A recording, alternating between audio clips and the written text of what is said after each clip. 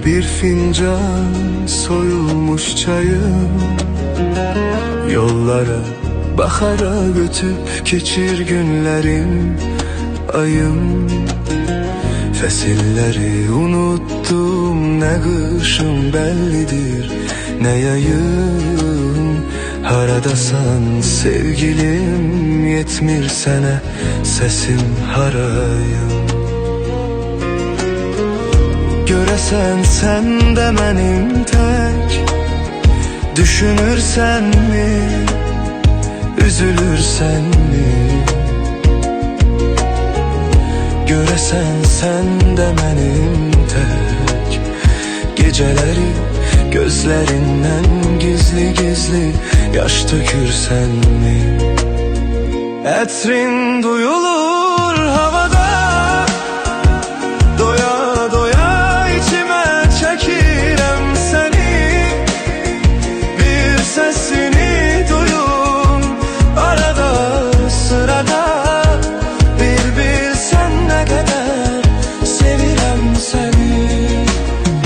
Etrin duyulur havada, doya doya içime çekirem seni. Bir sesini duyum arada sırada, bir bilsen ne kadar sevirem seni.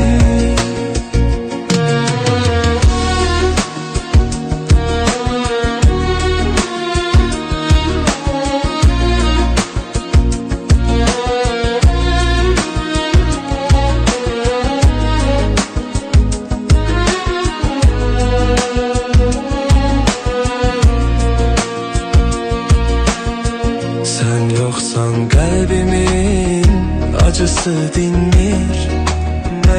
Ne yerdeyem ne göyde asla bilinmir.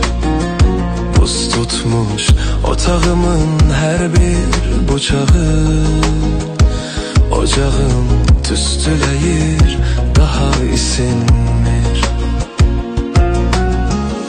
Göresen sen de benim tek, düşünürsen mi, üzülürsen mi?